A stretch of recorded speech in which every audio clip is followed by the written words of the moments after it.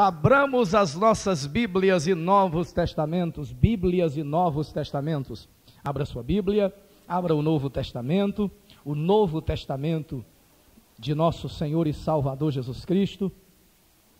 E um testamento está nos falando de alguém que morreu e que deixou alguma herança. Então, Novo Testamento, nova aliança em Cristo Jesus. Vamos neste momento abrir no Evangelho segundo escreveu João. João foge ao esquema dos demais evangelhos chamados sinópticos, quais sejam Mateus, Marcos e Lucas. Os outros evangelistas tratam muito da questão histórica relacionada a Cristo, mas João vai além. O objetivo de João é demonstrar, e ele deixa claro no final do seu evangelho, que o seu propósito ao escrever este evangelho foi demonstrar que Jesus Cristo é o Filho de Deus, e para que as pessoas crendo nisto possam receber vida em o seu nome, em o nome de Jesus. Os outros evangelhos, irmãos, começam a partir do verso 14 do capítulo 1 de João. Por quê? Porque antes do verso 14 do prólogo do evangelho de João, do capítulo 1, nós vemos como João está tratando de um assunto acerca do qual os outros evangelistas não trataram. Porque Mateus, Marcos e Lucas falam de Jesus a partir do momento da sua humanização ou da sua encarnação. E antes do verso 14 do capítulo 1 de João, ele está tratando de uma época em que no princípio era o Verbo. Ainda não havia Jesus humanizado, havia o Verbo, o Cristo eterno, pré-existente à encarnação em Belém da Judéia. No princípio era o Verbo, a palavra, a comunicação divina, a ferramenta que Deus usou para chamar à existência tudo o que existe. Quando Deus no princípio abriu a sua boca, estamos falando antropomorficamente, porque Deus não tem boca, mas quando no princípio Deus liberou a palavra dizendo, haja luz, foi o Verbo, o Filho, a ferramenta, a palavra usada para trazer e chamar à existência o que não existia. Por isso que o escritor aos Hebreus diz, no capítulo 11, versículo 3, que pela fé, e somente pela fé, nós podemos compreender que o universo foi formado, criado pelo poder da palavra, pela energia liberada na palavra divina. E o que existe e é aparente passou a existir das coisas que não se veem ou que não existia. Deus chama, os filósofos costumavam dizer, do nada nada se tira. Isto pode ser bom filosoficamente, teologicamente, do nada Deus tira alguma coisa. É possível para Deus tirar algo até do que não existe. E isso nós vemos ali na criação do universo. Mas não só Jesus foi a ferramenta que chamou à existência o que existe, mas no capítulo 1, verso 3 de Hebreus, está escrito que agora é o Cristo, é a força divina, é a energia divina, o poder mantenedor, sustentador, que dá sentido, coesão, harmonia, balanceia todo este imenso universo. O universo está de pé, essa terra, que tem gente que diz, não acredita em milagre. Meu filho, você imaginar um planeta como o nosso, com tantos oceanos, árvores, montanhas, animais, tanta fauna, tanta flora, suspensos no espaço. Não tem cordãozinho, não tem coluna, não tem escora segurando, o negócio está lá suspenso no espaço. Aí você vem me dizer que não acredita em milagre, meu filho? Então quem sustenta e preserva a ordem universal é o Logos, a inteligência divina, a sabedoria divina de Provérbios 8, Jesus Cristo, a palavra, a ferramenta de Deus, a ação de Deus. Tremendo, não é? Se Jesus é porque a gente canta aqui, rapaz, e Jesus, quando a gente diz assim, Jesus é força, Jesus é fogo, Jesus é poder, aí o autor sabiamente desiste e diz assim: Jesus é demais. Porque não adianta, ele ia ter que escrever muita coisa e não ia acabar mesmo. Aí termina, Jesus é demais mesmo. Diga para quem está do seu lado: ai, que Jesus maravilhoso este nosso. Meu Deus do céu. Este Jesus abre as portas das prisões e liberta os cativos. Este Jesus faz o orgulhoso Satanás cair prostrado e reconhecer que só o Senhor é Deus. Este Jesus abre a sepultura e chama para fora o morto e ele ressuscita. Este Jesus liberta o endemoniado gadareno. Esse Jesus cura uma mulher com 12 anos com hemorragia. Esse Jesus purifica leprosos. Esse Jesus levanta a mão e abre a boca e acalma o mar e acalma a tempestade. Esse Jesus não tem quem possa com ele.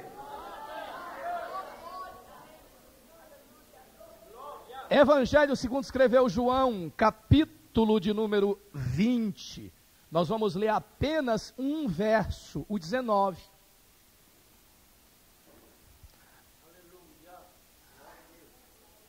Jovem, meu filho, ore pelo papai. João capítulo 20, verso 19.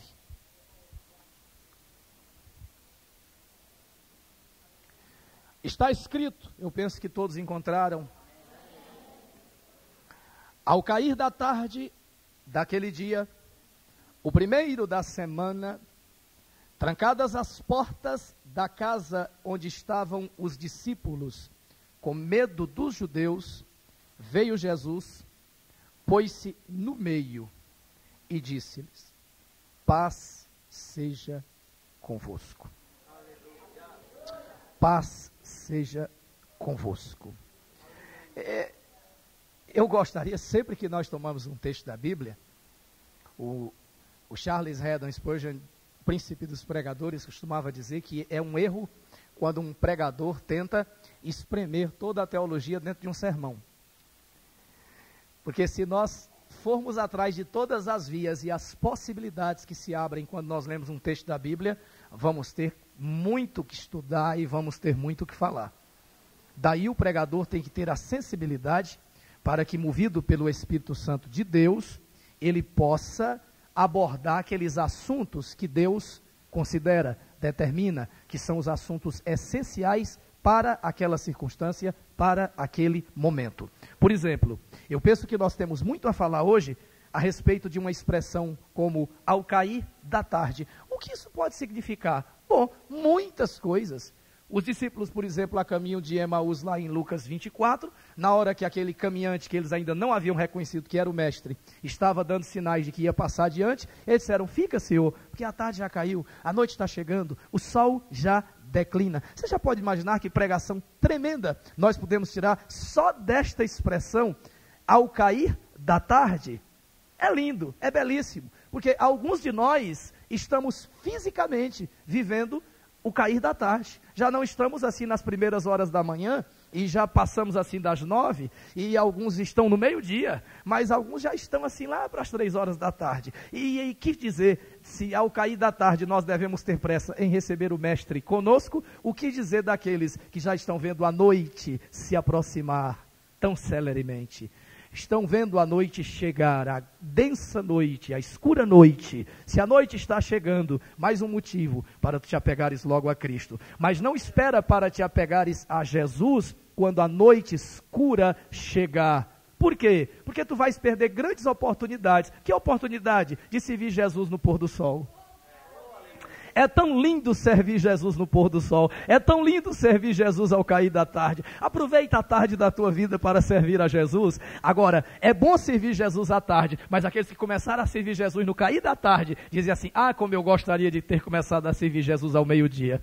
E aqueles outros ainda dizem assim: ah, quem me dera se eu tivesse começado a servir ao mestre logo nas primeiras horas da manhã, e eu teria aproveitado um dia inteiro com ele.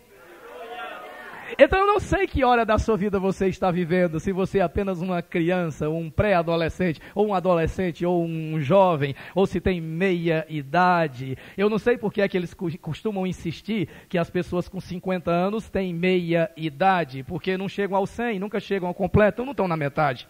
Então, mas são essas coisas assim.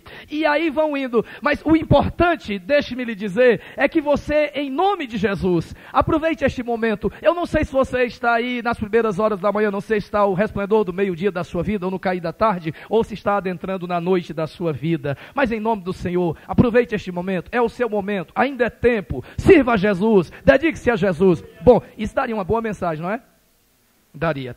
Mas uma outra coisa também que daria uma boa mensagem, seria se nós disséssemos assim: cair da tarde daquele dia, o primeiro da semana. Quanto a esse negócio de primeiro dia da semana, eu tenho uma palavra, uma mensagem que vocês podem adquirir depois em CD, que está em Mateus capítulo 28, que está as primeiras palavras: no findar do sábado ao entrar o primeiro dia da semana. No findar do sábado ao entrar o primeiro dia da semana. Onde nós falamos um pouco a respeito da sexta, do sábado e do domingo na vida de Jesus. O maior final de semana que a história já conheceu. Bom, ainda não é sobre isso que nós vamos falar, embora isso também desse uma mensagem extraordinária, José, com certeza.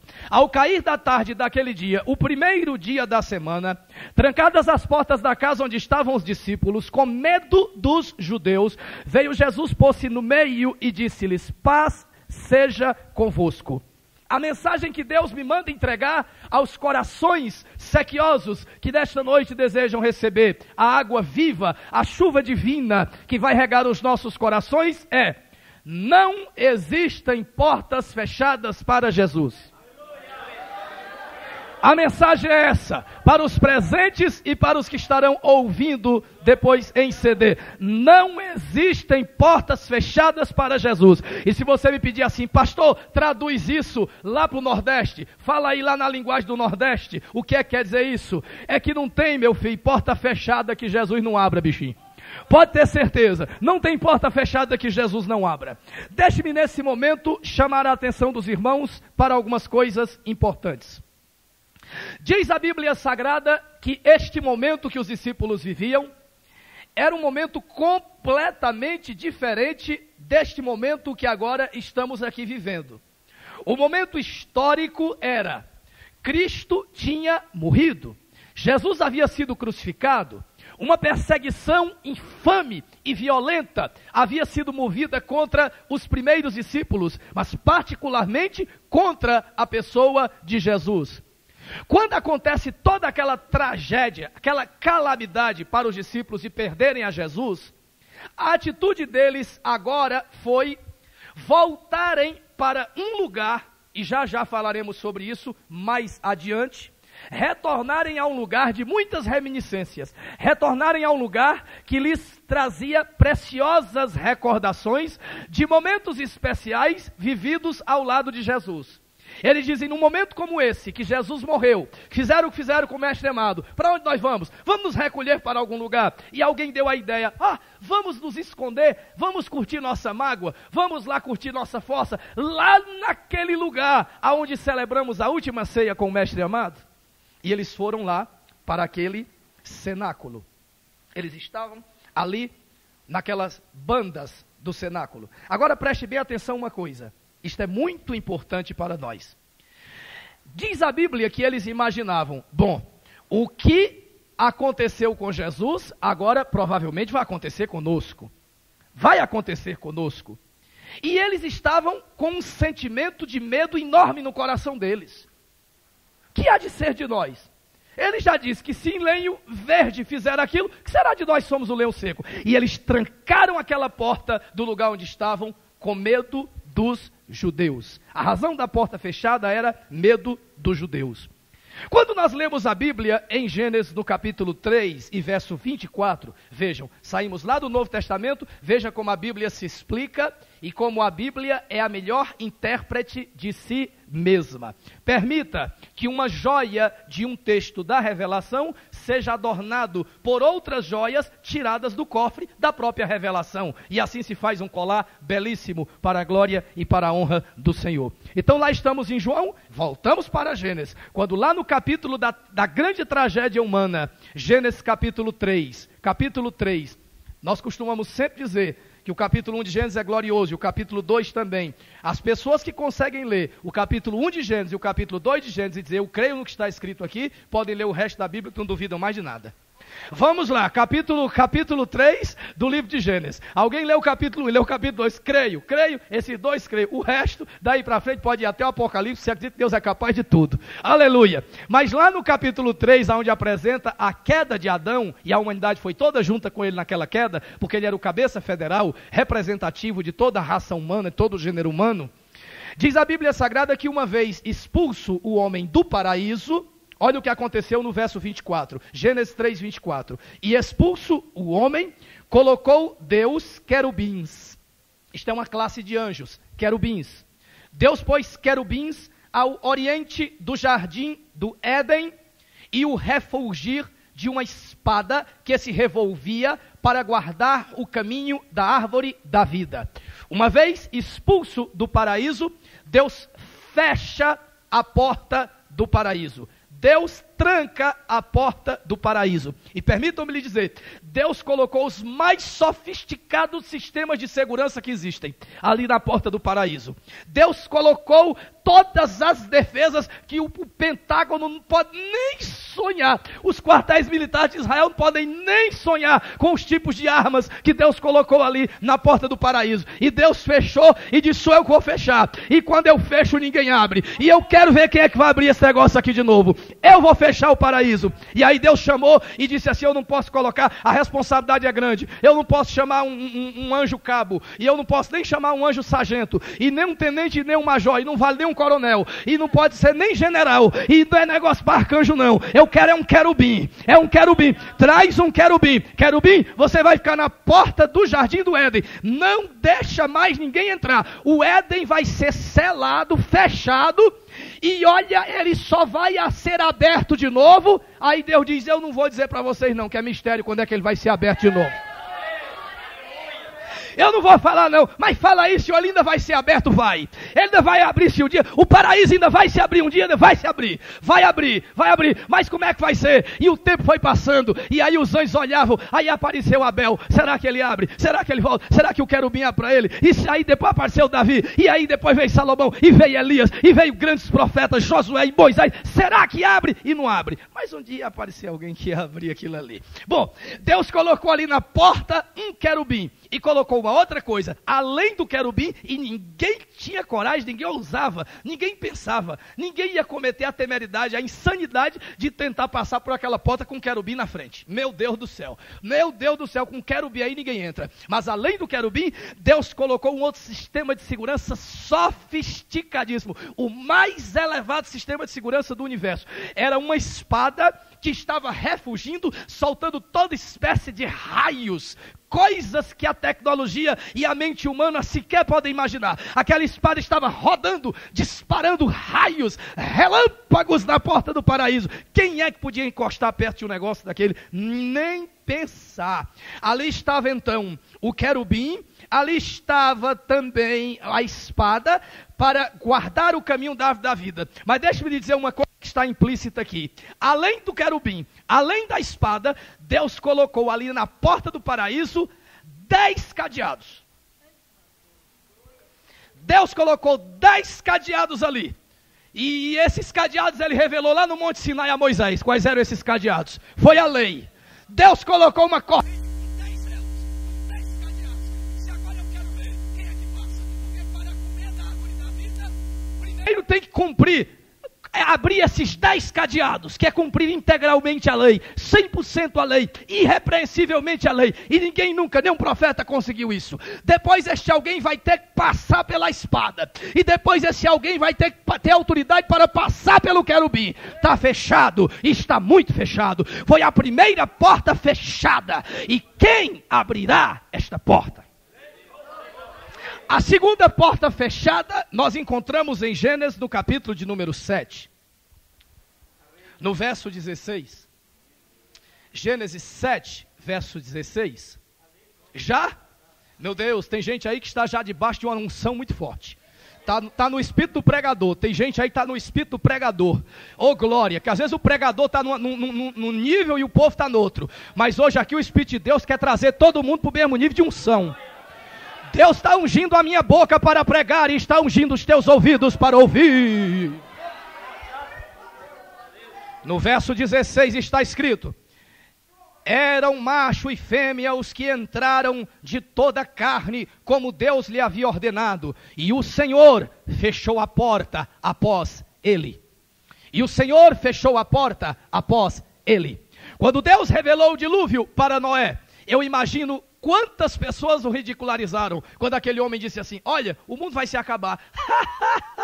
Tu acredita nessa história que o mundo vai se acabar? Rapaz, o mundo não se acaba não. É engraçado que eu me converti numa época em que, se nós disséssemos que o mundo pode se acabar ou que o mundo vai se acabar, as pessoas ridicularizavam da gente. Mas hoje em dia vocês podem dizer para as pessoas aí que o mundo vai se acabar, que qualquer pessoa de espírito científico que tem um mínimo de sentimento e de cultura e de intelectualidade vai dizer: é provável. É bastante possível. Aliás, os profetas não estão vindo só do púlpito, os profetas estão vindo da NASA, os profetas estão vindo de órbita, e eles estão dizendo: olha, tem cometas aí que estão vindo em órbita de colisão com a Terra. Olha o efeito estufa. Olha aí, ainda ontem eu peguei uma notícia dos cientistas dizendo: as calotas polares estão derretendo e a elevação dos oceanos vai ser violenta e vai acabar naquilo que Jesus falou, que ondas vão se levantar e cobrir vastas porções dos continentes, e Jesus disse: homens vão desmaiar de tanto terror, porque o mar vai bramir com muita fúria. Olha aí a Bíblia se cumprindo, escarnecedores. Olha aí vocês que zombavam da palavra de Deus. Olha aí vocês que riam dos crentes. Ri agora!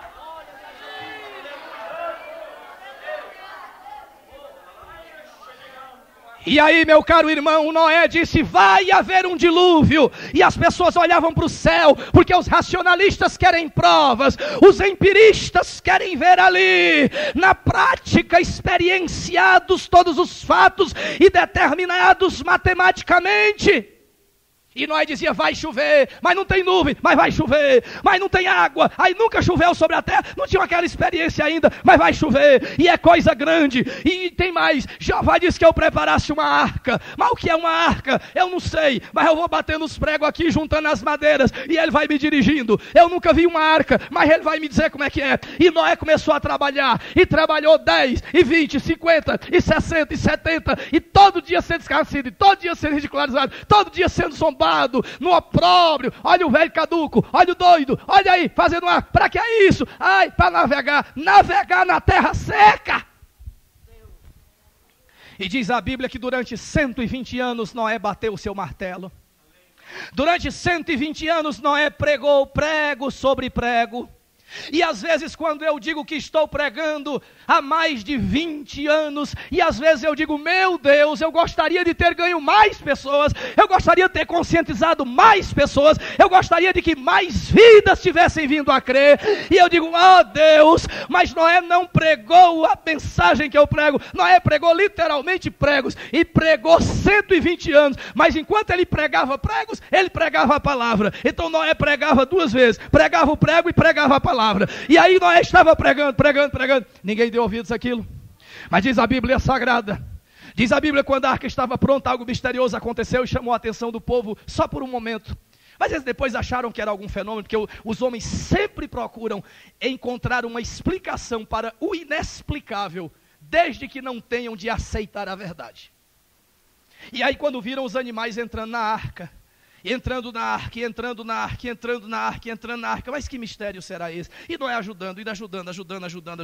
Noé conseguiu entrar com sua família, até sua mulher entrou, porque a mulher acreditava na palavra dele. Porque se fossem as mulheres dessas feministas que tem hoje em dia, diziam assim: vai para lá, doido, velho, tu tá caduco, tu acha que eu vou entrar dentro desse zoológico contigo? Vai lá com os teus bichos lá, vai dormir com tuas antas, que eu vou ficar na minha casa. Não, quando nós disse: mulher, vai acontecer uma coisa terrível. Vamos, meu filho, eu vou entrar com você. Vamos, meu velho, eu acredito em você. Eu acredito que você é profeta de Deus. Eu acredito na palavra de Deus que ele lhe entregou. E a mulher entrou naquela arca também.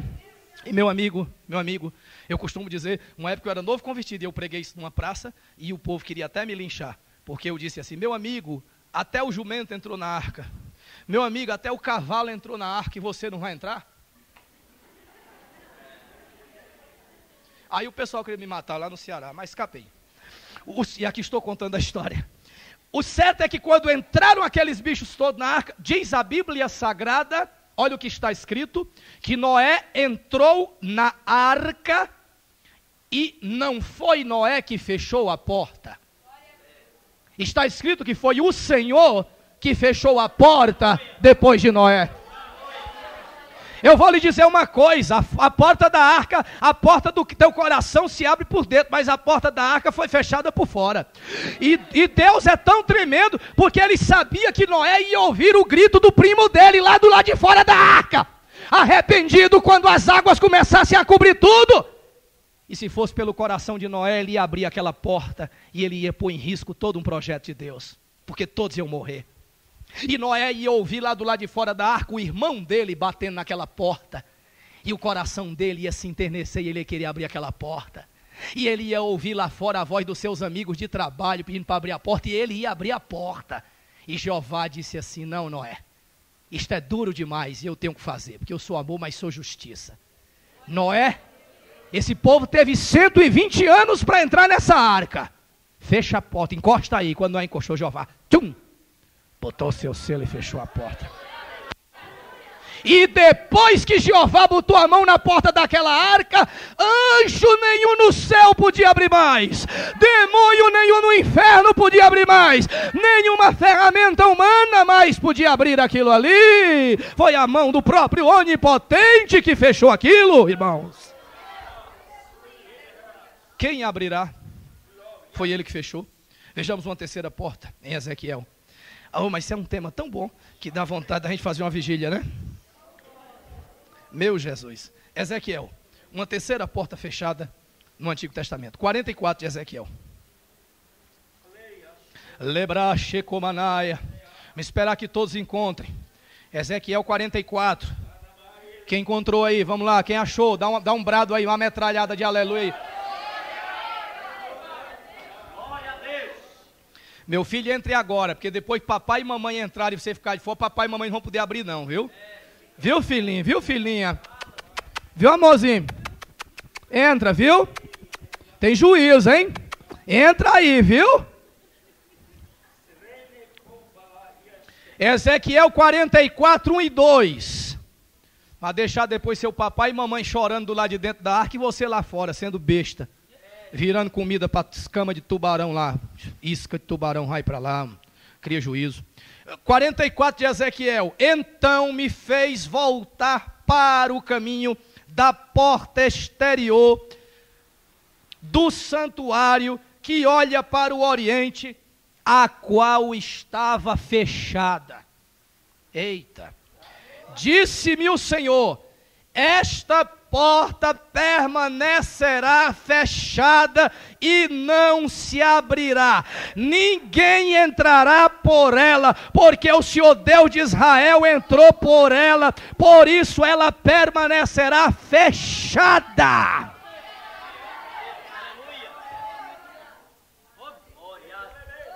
Ezequiel, tu és um grande profeta, mas tu não pode abrir essa porta. Jeremias, tu não pode. Daniel, tu não podes abrir, porque o Senhor dos Exércitos fechou e vai permanecer fechada. Foi isso que Deus determinou no Antigo Testamento. Porta do paraíso, fechada. Porta da arca, fechada. Porta do acesso ao santuário, fechada. E Deus determina, e não se abrirá. Raríssimas ocasiões Deus permitiu vislumbres do que estava do outro lado desta porta. Mas no Antigo Testamento entendemos que não há acesso ao Santo dos Santos, onde os crentes podem entrar hoje em dia e não porfiam por entrar. No Antigo Testamento o Espírito só era dado sob medida para missões específicas. No Antigo Testamento a porta estava fechada e o Espírito só vinha sobre 3 classes: reis, sacerdotes e profetas. O povo comum não tinha direito de receber o Espírito. Só reis, sacerdotes e profetas ungidos em ocasiões especiais. No Antigo Testamento, porta fechada, Deus é revelado apenas no caráter de Deus. Não há intimidade com o Pai. Não há espaço para intimidade. E é por isso que quando nós lemos o Antigo Testamento, nós descobrimos coisas curiosas. Abra no final de Gênesis, rapidamente, agora não vou esperar os retardatários. Gênesis, último capítulo, termina com um grande herói da história bíblica, morto e dentro de um caixão. É assim que termina o livro de Gênesis. O que começou num grande milagre, o que começou num grande prenúncio de esperança para a humanidade, este livro termina em fiasco, frustração, desencanto. É assim que termina Gênesis, dizendo que o grande José, morreu José da idade de 110 anos, e o embalsamaram e o puseram num caixão no Egito. É assim que termina a história do grande herói José no livro de Gênesis. Gênesis, portanto, não termina com uma mensagem de esperança. Gênesis, portanto, não termina nos trazendo alento ou alguma motivação. Termina com um grande herói, um extraordinário herói, morto, embalsamado e dentro de um caixão. Agora, quando nós corremos lá para o final do Antigo Testamento, Malaquias, e disso já temos falado tantas vezes tem sido falado, só para os novos convertidos. Malaquias, no final do livro de Malaquias, está escrito, no último livro do Antigo Testamento, no último livro do cânon do Antigo Testamento, termina Malaquias, capítulo 4, e está escrito no verso 6, ele converterá o coração dos pais aos filhos, e o coração dos filhos a seus pais, para que eu não venha e fira a terra com maldição. É assim que termina o Antigo Testamento. O primeiro livro do Antigo Testamento termina com um herói morto, embalsamado, no caixão. Termina com a morte de José. O último livro do cânon do Antigo Testamento termina com a palavra maldição. Termina com a palavra maldição. Termina com a palavra maldição. Agora, quando eu vou para o Novo Testamento, eu vejo que o primeiro livro do Novo Testamento não termina com um herói dentro de um caixão. Não termina com um herói embalsamado. Não termina com um herói apodrecendo dentro de uma sepultura. No último livro, no primeiro livro do cânon sagrado do Novo Testamento, está escrito. E eis, verso 9, que Jesus veio ao encontro delas e disse, salve, e elas aproximando-se abraçaram-lhe os pés e o adoraram. Então Jesus lhe disse, não temais, ide avisar a meus irmãos que se dirijam a Galileia e lá me vereis. Verso 18, Jesus aproximando-se falou-lhes dizendo, toda autoridade me foi dada no céu e toda autoridade me é dada na terra. Ide portanto e fazei discípulos de todas as nações, batizando-os em nome do Pai e do Filho e do Espírito Santo, ensinando-os a guardar todas as coisas que eu vos tenho ordenado, e eis que eu estou convosco todos os dias, até a consumação dos séculos. Deixe-me dizer uma coisa, guarde aí, respire fundo, senão você vai ter um heart attack, vai ter um ataque cardíaco, uma parada cardíaca, um colapso. Respire fundo agora, respire fundo. O primeiro livro do Novo Testamento termina dizendo que um grande herói está morto, embalsamado e no caixão. O primeiro do Novo Testamento diz que um super herói não está mais no caixão, não está embalsamado, não está morto, ele está ressuscitado, ele está vivo pelos séculos dos séculos, e ele tem toda a autoridade dos céus e na terra. Muito bem, pastor, o senhor mostrou como é que está tudo fechado no Antigo Testamento. O senhor mostrou que está tudo fechado, e eu sei que ninguém abre. Billy Graham não abre, e o Papa não abre, e Maomé não abre, e Buda não abre, e Allan Kardec não abre, e o cão esse aqui não abre mesmo. Pastor, está fechado. E aí eu lhe mostrei como é que o livro de Gênesis termina com um herói morto. Mas como é que o primeiro livro do Novo Testamento termina com um herói vivo. Mas eu lhe mostrei também como é que o último livro do Antigo Testamento termina com maldição. E deixe-me lhe dizer como termina o último livro do Novo Testamento. Meu Deus, olha que o negócio está sério aí. Quanto está sério aí. Olha como termina. Olha como termina o último livro do Novo Testamento. Apocalipse 20, 21. 22, 21. A graça do Senhor Jesus seja com todos vós. Eu vou citar de novo porque alguns não receberam. Porque se tivesse recebido essa graça... Receber não. Eu vou citar de novo aqui. Esse som é um problema, viu, Carlos? Esse som é problemático. Vamos tentar de novo. A graça do Senhor Jesus seja com todos. Quem tem a graça do Senhor Jesus? O texto que nós lemos diz que os discípulos estavam reunidos, trancados, às portas da casa, e eles estavam com medo dos judeus, e de repente veio Jesus. Eu quero glorificar a Deus por esta simples expressão, que nos momentos de medo, em que estamos trancados, cerrados para o mundo, Ele vem. Nos momentos de desespero, igreja, Ele vem. Nos momentos de perseguição, Ele vem. Ele veio. E diz a Bíblia Sagrada, isto é lindo. Isto não é por acaso, não é casual. E Ele pôs-se no meio. Quando eu leio a Bíblia Sagrada, eu sempre descubro que Jesus está no meio. Então, se você quer que alguma coisa mude na sua vida, tire Jesus dos cantos, tire Jesus da gaveta, tire Jesus do bolso, tire Jesus da cruz, tire Jesus da lapa de Natal, tire Jesus da religião, tire Jesus da sua cabeça e põe Ele no meio da sua vida, põe Ele no meio dos seus planos, põe Ele no meio da sua família, põe Ele no meio dos seus negócios, põe Ele no meio da sua igreja, põe Ele no meio da sua vida espiritual. Se você quer mudança, ponha Jesus no meio. Quando eu leio a Bíblia, eu descubro que Jesus está sempre no meio. Está no centro. Jesus no meio significa Jesus no centro. Jesus no meio, Jesus no centro. Deixe-me dizer apenas 7 coisas em que Jesus está bem no meio, em que Jesus está no centro e não pode sair do centro. Quando eu contemplo a criação, Colossenses 1,16, eu descubro que Jesus está no meio, está no centro da criação. Quando eu leio João capítulo 1,18, eu descubro que Jesus está no centro da história. Quando eu leio João capítulo 19, versículo 18, eu descubro que Jesus está no meio, no centro, entre 2 ladrões, no meio da redenção, o cerne da redenção, o âmago da redenção, o fulcro da redenção, a mola mestra da redenção, o pivô da redenção, o alicerce da redenção, o fundamento da redenção, a causa da redenção, a base eterna da redenção. Jesus está no meio. Agora, quando eu olho para a igreja, não as igrejas falsas que tem por aí, mas a igreja verdadeira, bíblica, apostólica e evangélica, eu descubro que também quem está no meio é Jesus. Por quê? Porque ele disse em Mateus capítulo 18, versículo 20, onde 2 ou 3 estiverem reunidos em meu nome, eu não estou no canto, eu estou no meio deles. Na igreja de Jesus, quem está no meio não é São Pedro. Na igreja viva do Deus vivo, quem está no meio não é a bendita Virgem Maria. Na igreja do Deus vivo, quem está no meio não é São Rafael, nem São Benedito, nem Santa Briguilina. Não. Quem está no meio é Jesus. É Jesus que está no meio da igreja.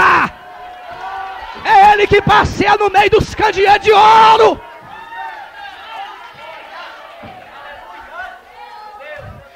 Mas quando eu leio a teologia dos crentes, quando eu leio a teologia da reforma, quando eu leio a teologia evangélica, a sadia teologia, a boa teologia, a genuína teologia, eu descubro por que é que os crentes também, quando leem a Bíblia, parece que só veem Jesus. Davi fica num canto, e Salomão fica no outro, e Gideão está lá num cantinho, e lá do outro lado está o irmãozinho Paulo, e lá no outro cantinho, olha lá o irmãozinho Pedro, e no meio, Jesus. Por quê? Porque ele disse em João 5,39, examinai as escrituras, porque vós cuidais ter nelas vida eterna, e são elas mesmas que testificam de mim. Então o centro da Bíblia é Jesus, o centro da verdadeira teologia é Jesus.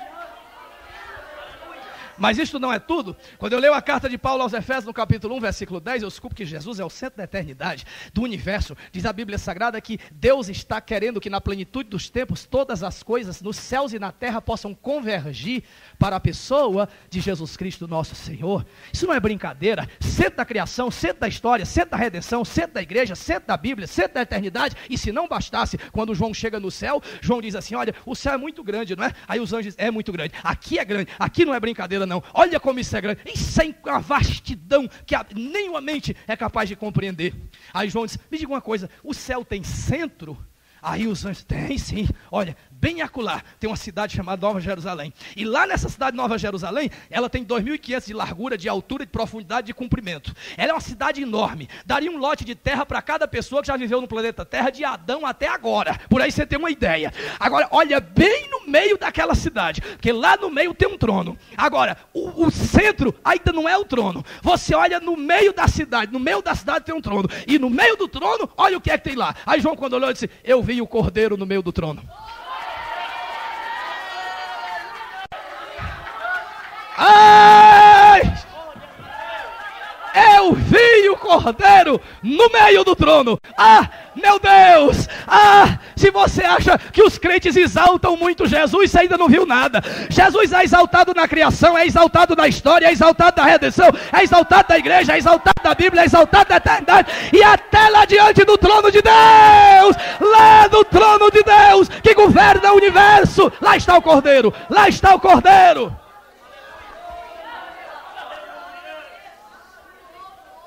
Mas quem abrirá? Quem abrirá? Apocalipse capítulo 3, versículo 7. Apocalipse capítulo 3, versículo 7. Estamos quase terminando, irmão. Estou no meio da mensagem. Apocalipse capítulo 3, versículo 7. Ao anjo da igreja em Filadélfia, escreve: estas coisas diz o santo. São aqueles da Bahia não, aquele é capeta, aqueles ali. Estas coisas diz o santo, o verdadeiro, não é o falso não, tem uns falsos aí. Esses de gesso aí quebra, é falso. Esses pintado mancha e dá cupim, é falso. Esses de ouro que os ladrões entram nas igrejas e carregam também é falso. Estas coisas diz o verdadeiro, não é o de mentiria não. Ai, Jeová! E ele diz: aquele que tem a chave de Davi, Tebra Shokie Mai, Kioma Shenegiei Dioko Somanai, que abre, abre, e ninguém fechará. E que fecha, e quando fecha, ninguém abre.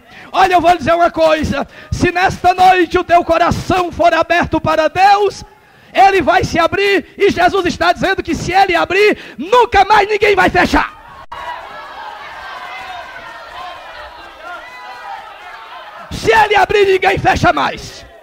Ninguém fecha mais. O diabo vai querer fechar, mas não fecha.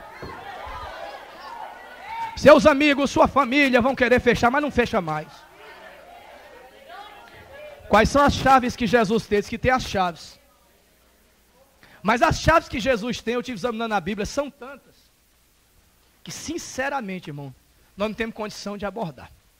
Nós não temos condição. Nós só temos que falar representativamente. Então eu vou falar de 5 chaves representativas que Jesus tem. Dessas chaves derivam todas as outras chaves que Jesus tem nas suas mãos. Porque ele tem um molho de chave tão grande na mão dele, que uma delas é para abrir essa porta aí para ti que está fechada.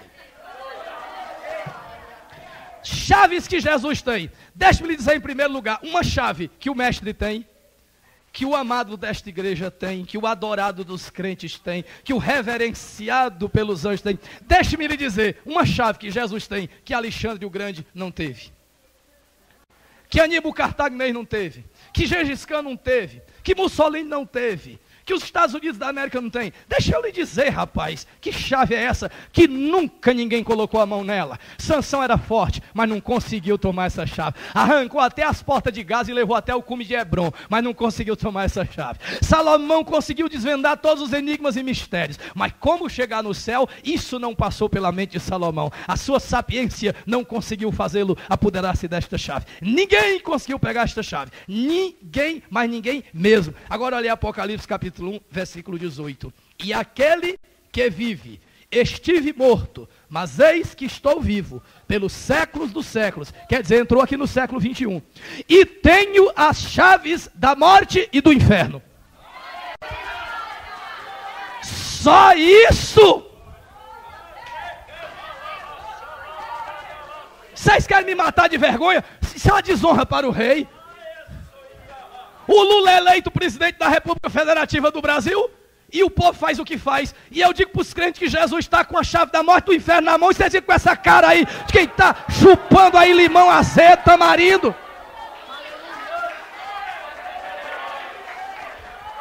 Igreja, teu Salvador, teu Redentor tem na mão a chave da morte e a chave do inferno.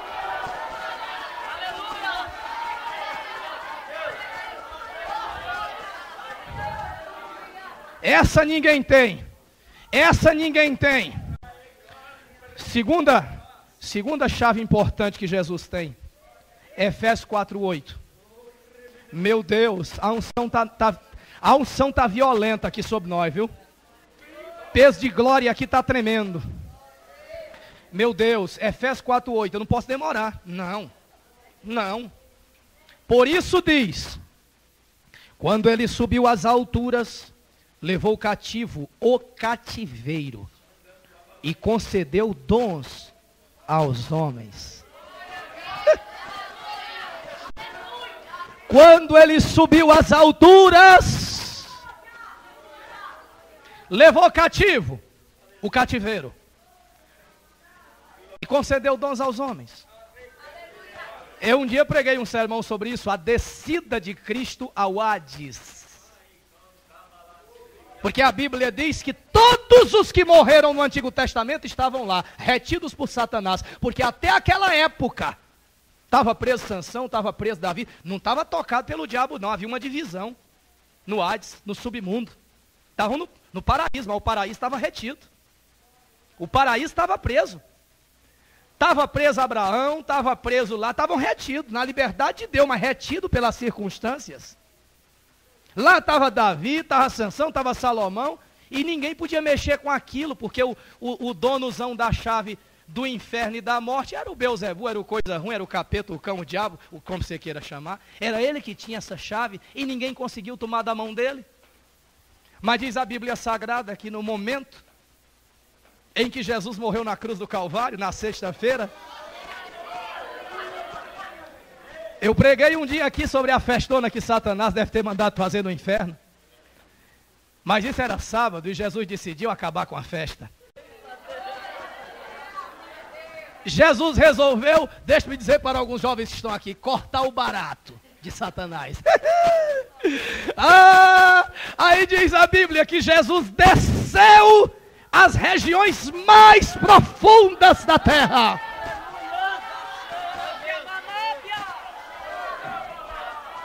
E quando chegou lá, tomou algumas providências.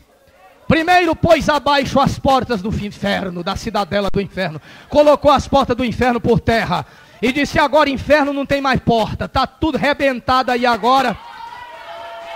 E ele declarou, eu edificarei minha igreja e as portas do inferno não prevalecerão contra ela. Porta do inferno não prevalece contra as portas da igreja. Não prevalece, não.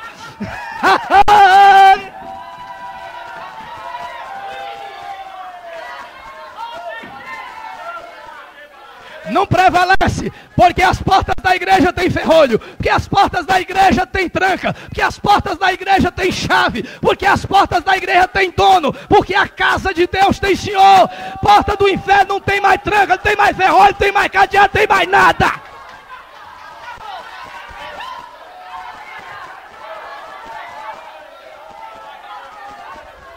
E diz a Bíblia que depois de derrubar as portas do inferno, Jesus foi até lá a sala do trono do capeta. E quando ele chegou lá, ele pegou a velha serpente. E diz a Bíblia que ele jogou o império do diabo por terra. E ele pisou a cabeça da cobra velha, da serpente do diabo. E ele esmagou a cabeça de Satanás.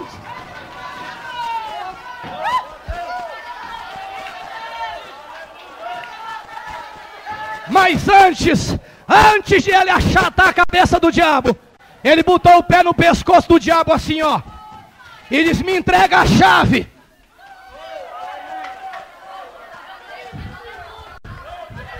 E o diabo... Me entrega a chave! Aqui, chave, no meio de cão, me dá aí a chave da morte agora! Porque eu vou soltar Davi, vou soltar Abraão, eu vou soltar meus servos que morreram na esperança da salvação.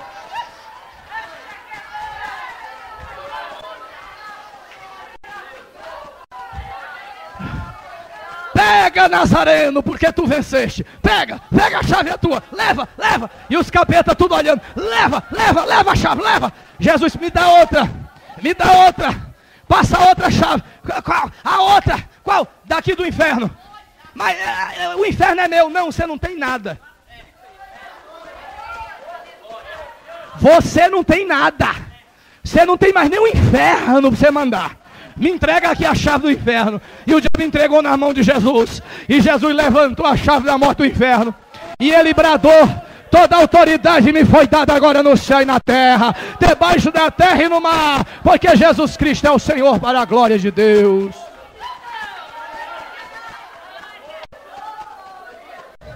E diz a Bíblia que naquele momento ele pegou o paraíso que estava no cativeiro, e ele, quando subiu ao terceiro céu, ele levou consigo o cativeiro.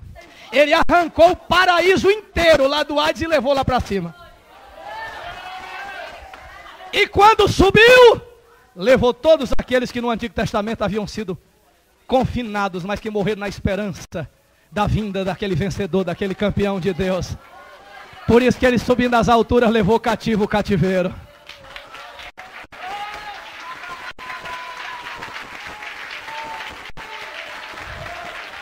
E deixa eu terminar. Em Atos dos Apóstolos, capítulo 5, no verso 19. Meu Deus, quem está muito cansado, não acredito, porque eu não estou cansado não, estou na bênção aqui, rapaz. Estou suado assim, mas não estou cansado, estou na bênção aqui. Estou feliz que o meu campeão venceu, esmagou, matou a morte. Eita! Atos capítulo 5, verso 19. Atos 5, 19. Quem encontrou? Vamos rápido. Mas de noite, um anjo do Senhor abriu as portas do cárcere, da cadeia, e conduzindo-os para fora, lhes disse: ide e apresentando-vos no templo, dizei ao povo todas as palavras desta vida. Jesus tem a chave que tira para fora os que estão prisioneiros. Prisioneiro da angústia, da tristeza, da decepção, do desencanto, da frustração. Jesus pega aí, abre a porta e tira para fora. Mas deixa eu me lhe dizer uma outra chave que Jesus tem, que os crentes gostam dessa chave. Essa chave, isso é uma das chaves mais usadas dentro da igreja. Abra aí Atos capítulo 14. Isso é uma das chaves mais usadas.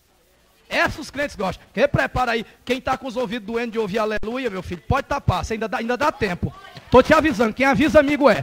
Se o seu ouvido está doendo aí de glória a Deus e aleluia, dá tempo de tapar agora, tape agora. Tape agora que os crentes agora vão explodir aqui agora, peraí, ó. Olha bem, uma chave muito importante que os crentes gostam. 14, 27. Ali chegados, eita porta linda, reunida a igreja, relataram quantas coisas fizera Deus com eles e como abrira aos gentios a porta da fé.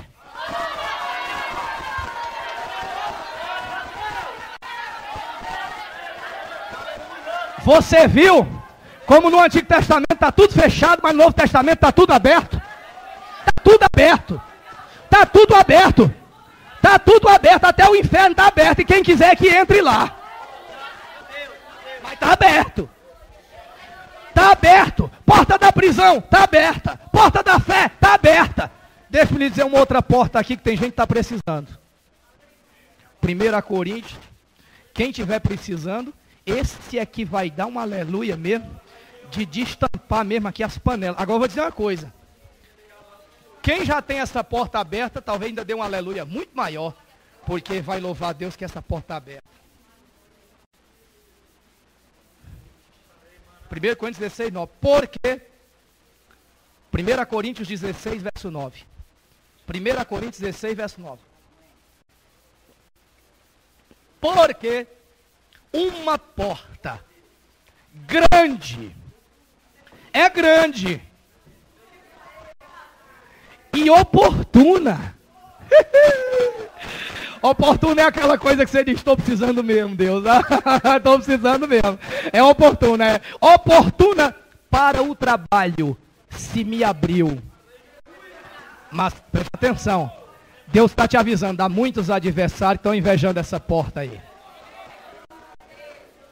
Há muitos adversários. Portas de trabalho, eu declaro que em 2003 sejam abertas em nome do Senhor Jesus.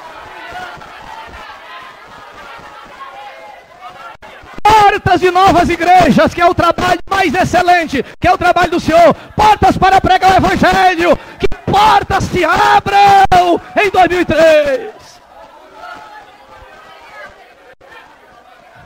Agora, já que estou concluindo, lembra que no Antigo Testamento, Deus disse assim para Ezequiel: olha, fui eu que fechei. Ninguém vai abrir não. Ninguém vai abrir não. Abra aí agora Apocalipse,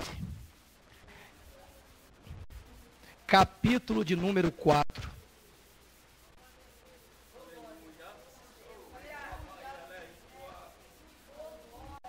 Versículo 1. Depois destas coisas, olhei, e eis, não somente uma porta aberta no céu.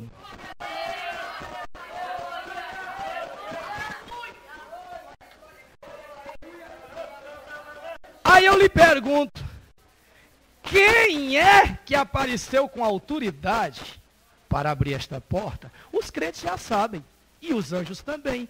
Mas os anjos gostam de ouvir, e perguntam para ouvir, e depois que ouvem ainda querem repetir. Salmo 24. Quando Jesus vai voltando aos céus. Verso 7. Levantai, ó portas, as vossas cabeças. Chegou o momento. As portas que durante séculos e milênios não podiam ser abertas. Agora alguém vem com autoridade para abrir. Levantai, ó portas, as vossas cabeças. Levantai-vos, ó portais eternos, para que entre o Rei da Glória. E ali atrás dele vem ali Abraão, e vem Isaac, e vem Jacó, e vem Davi, vem ali. Lá vem Paulo, lá vem Elias e Eliseu, lá vem Débora, lá vem Esther, lá vem os santos, lá vem Estevão. Levantai, ó portas, as vossas cabeças. A igreja vai vir chegando aí também agora. Levantai-vos, ó portais eternos, para que entre o Rei da Glória. Quem é o Rei da Glória? É o Senhor forte e poderoso, é o Senhor poderoso nas batalhas. Levantai, ó portas, as vossas cabeças. Levantai-vos, ó portais eternos, para que entre o Rei da Glória. Quem é esse Rei da Glória? O Senhor dos Exércitos. Ele é o Rei da Glória.